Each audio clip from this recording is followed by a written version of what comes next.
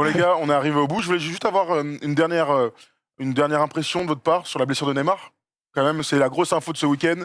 Neymar qui, sur un tacle assassin, dont je crois il y a 8 fautes provoquées. Hein. C'est des stats de basket, normalement, quand il y a autant de fautes sur un homme. Neymar s'est encore pété dans une grande compète. On a vu sa cheville catastrophique. Il sera absent pour le prochain match contre la Suisse. On parle de lui peut-être pour un éventuel retour en 8e. J'y crois pas une seconde. Vu l'état...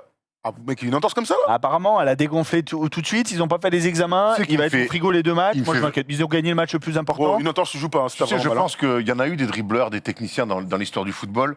Maradona s'est fait découper en rondelles. Voilà, mais vraiment sur les dribbleurs, sur ce poste-là, moi, ça me rappelle Pelé en 66 où à l'époque il n'y avait pas de carton rouge, donc les mecs, c'est même les arbitres qui sortaient les joueurs parce qu'il n'y avait pas de règles. Ils disaient bon, va te calmer sur la hauteur. Et c'est vrai que Neymar, je crois que dans le monde moderne, malgré toute l'évolution des règles et comment on essaie de protéger les joueurs, et qu'on aime ou pas Neymar, en fait, je crois que techniquement, il est sur un niveau qu'en fait, finalement, tu peux pas mettre des rouges à tout le temps aux gens. En fait, il y a une espèce de nouvelle réflexion, je trouve, autour de ce mec-là, parce que oui, il est beaucoup blessé, mais en fait, il se blesse pas, c'est pas musculaire. Hein. Il se fait clairement découper en rondelles. Les métacarpes, les machins, les trucs, il se fait quand même chaque fois qu'il se blesse, c'est sur des interventions violentes. Vraiment, ils essaient de le niquer. Hein. On peut le dire.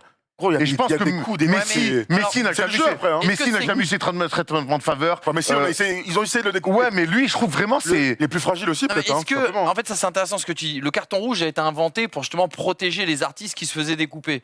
Neymar, tu l'as dit, encore une blessure, malheureusement encore une fois au mauvais moment.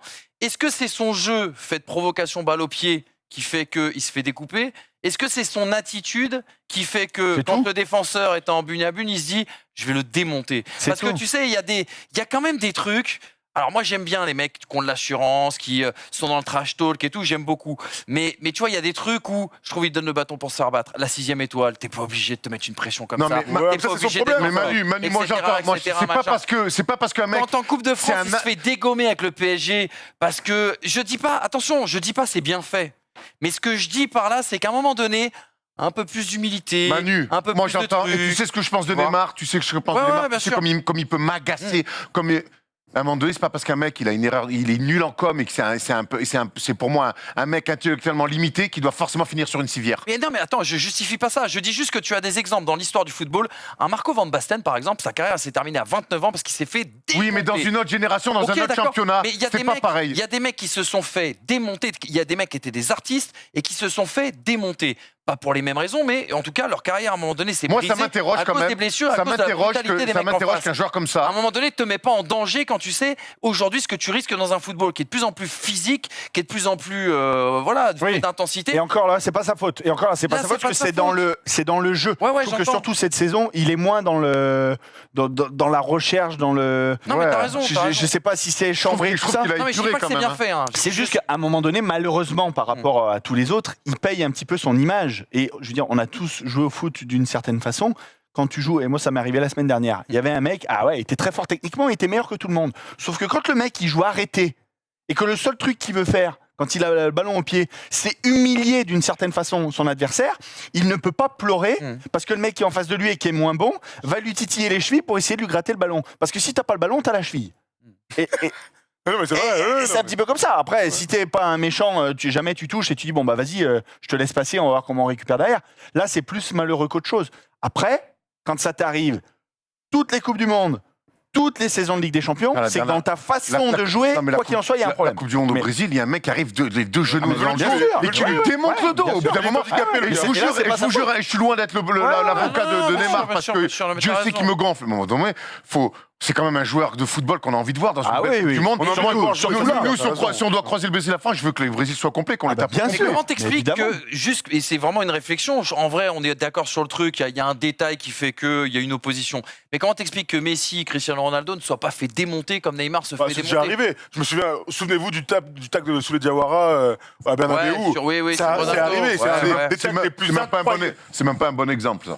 C'est pas un souci, c'en est un. C'est Cristiano Ronaldo avec un gars qui a envie de... Gros, il lui met un tac comme on l'a rarement vu. Et heureusement, il le blesse pas. Il le blesse 3 mois derrière, t'es un ouf. Il le blesse derrière et il prend un rouge. Mais non. Après, il a pas de bol, la cheville, là, elle prend cher. Enfin, il a pas de bol non plus, quoi. Mais comme disait, c'est toi qui le disais, à chaque Coupe du Monde, à chaque truc, à chaque moment important, il est pété. Mais parce que c'est terrible. Mais parce qu'après, on parle de choses aussi qu'on maîtrise pas. On n'est pas sur les terrains. On sait pas ce qu'il y a. Combien de joueurs en Ligue 1 quand il est arrivé en Ligue 1 qui ont dit il arrête pas de chambrer, c'est insupportable, c'est insupportable. Évidemment que ce que fait, c'est le Chilien, c'est ça, c'est le Chilien qui le démonte. Oui, à la Coupe du Monde 2014. C'est ça, Coupe du Monde 2014, c'est un Chilien, c'est ça. Je dirais, ils sont du même continent. Ils le démontent, mais ils démontent pourquoi? Parce que c'est Neymar. Oui, bien sûr. Pas dans le jeu. Après, voilà, et ça lui arrive souvent. En Ligue 1, c'est arrivé. En Ligue des Champions, un peu moins, parce que là, on parle de tous les grands joueurs. Voilà, ça lui tombe dessus. C'est aussi la faute à pas de chance, mais malheureusement, c'est arrivé. Bon, bah là, il a ça. Ils ont gagné le match le plus important. Ils ont un effectif qui est tellement démesuré qu'ils peuvent se qualifier, finir premier tranquille. Bon, bah voilà. C'est Vinicius qui le remplace numériquement. Voilà. Il était titulaire, Vinicius. Sauvons le soldat Neymar pour le Brésil. On espère tous, évidemment, qu'il revienne le plus tôt possible. Et si c'est qu'en 8e, c'est qu'en 8e. Mais oui, il faut qu'il soit là. Vous avez vu le post de Rafinha qui a dit toute l'Argentine est derrière Messi, tout le Portugal est derrière Cristiano Ronaldo. Le gros problème de Neymar, c'est d'avoir été brésilien parce qu'il n'est pas soutenu. C'est vrai. On se souvient, on met ça en parallèle. Encore une fois. Parallèle qui, à côté de. On se souvient le Brésil. Enfin, le Brésil a créé un monstre avec Neymar par les journalistes brésiliens. Voilà. Et il y a une actualité récente au Brésil, on va pas rentrer dans la politique. Tout à fait. Voilà. Je comprends que ce qu'on voit, c'est qu'il se fait découper encore une fois, qu'il est blessé. Non, mais je suis le premier à le regretter aussi également. Mais je me pose des questions. Moi, je te dis, je me pose des questions si à un moment donné. Mais il n'y a pas de hasard. Il n'y a pas de hasard, Manu. Quand ça arrive dans toutes les compétitions, quand ça arrive chaque saison, il n'y a pas de hasard. C'est pas de la malchance. Au début, c'est de la malchance et au bout d'un moment. Il y en a, mais quand ça arrive chaque année, c'est pas de la malchance. Je vous dis, moi, il me dégoûte, mais j'ai quand même du mal à reprocher à un mec d'être trop fort techniquement, quoi. Non, mais c'est dans la. Non, mais attends, c'est pas ça que je dis. C'est dans l'attitude qui va avec. C'est dans l'attitude peut-être qui va avec. C'est dans de rester pur dans son jeu. Pourquoi Kylian Mbappé, il est très bon depuis le début de la campagne? J'ai vu quelques mecs l'autre jour qui critiquaient à la rigueur ses talonnades. Bon. Mais les talonnades, ça peut servir parce que la plupart qu'il a faites, il les a réussi et en plus, ça servait à quelque chose. Mais Kylian Mbappé, il est détestable quand il est au PSG, quand il fait du Neymar. Tout simplement. Ouais, c'est ça. Et ils sont pas nombreux à en faire.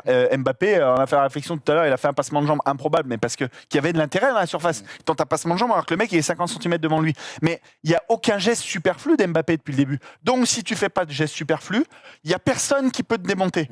Après, Neymar, c'est son jeu. Il vient chercher le ballon dans le rond central. Il en dribble 8. On veut s'enthousiasmer devant des dribbleurs, des créateurs, mais on leur laisse zéro marge de création et zéro marge d'erreur. Ça marche pas comme ça, les gars. Ou sinon, il faut regarder des highlights sur YouTube. Et là, au moins, vous êtes sûr que les actions découpées, c'est que des réussites. À un moment donné, pour créer, il faut accepter que des mecs prennent des risques, que des mecs chambrent. C'est ce qui nous fait bander aussi. Donc, faut l'accepter. Si on est là, on attend que des Neymar ou des Mbappé ou d'autres soient à 100% de réussite, ça n'existe pas. Je vous dis, génération YouTube, tapez highlights Mbappé, Neymar ou Bergkamp, tout ce que vous voulez, séguez-vous dessus, et comme ça au moins, il y aura jamais un dribble de raté. La réalité, c'est que des mecs, pour un dribble réussi, un passement de jambe, une action incroyable, il y en a peut-être 5 ou 6 de ratés. C'est comme ça la vie. Très bien, on s'arrête sur cette magnifique sortie d'Erwan et cet hommage à Franck Seguela. Merci, merci Erwan. Je rappelle juste que le Brésil joue contre la Suisse, c'est lundi 17h, et que sur Winamax, par exemple, ils sont cotés à 1,48. Donc les Suisses sont à 6,75, match nul 4-10. Donc si vous voulez essayer d'aller soutenir le Brésil en se faisant un peu les pépettes, ça se passe sur Winamax. Merci les amis. Merci Tom. Il n'y a pas qui suisse pour finir. Il y a 0 qui suit, frère. Oh là là là, nique ta race, putain, j'attendais que ça. Pendant qu'Erwan est en train d'insulter toute ma descendance, alors que s'il veut faire un qui suis, il a qu'à appeler ses potes et le faire chez lui. Pour chanter Enrico Macias, là où tu voulais retravailler. Je pensais pas eux, je pensais tes gars à Marseille là, qui t'appellent dans les hôtels, qui suis avec au téléphone, qu'est-ce que tu casses les couilles. Jaloux le métis soin. Et on parlait de Boucher, merci à tous les amis, c'était encore un plaisir. Je vous le disais, mercredi à 22h, le match d'équipe de France-Tunisie est à 16h. Merci Manu, merci Mathias, merci Erwan, merci à cette régie exceptionnelle. Cette régie est exceptionnelle, je vois tellement de bons moments, des gifs, des trucs, et on avait eu le...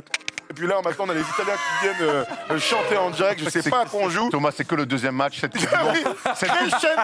Coupe du Monde avec First Team va être exceptionnelle. Et merci au chat, vous êtes bouillants, vous mettez des commentaires. Ça anime le débat, vous êtes les meilleurs. Et Manu fait gaffe à tes chevilles dans la rue. J'ai provoqué personne. Allez, les amis, bonne soirée. Et puis bon match. Il y a l'Argentine qui est en train de jouer en espérant qu'elle perde. Allez, bisous.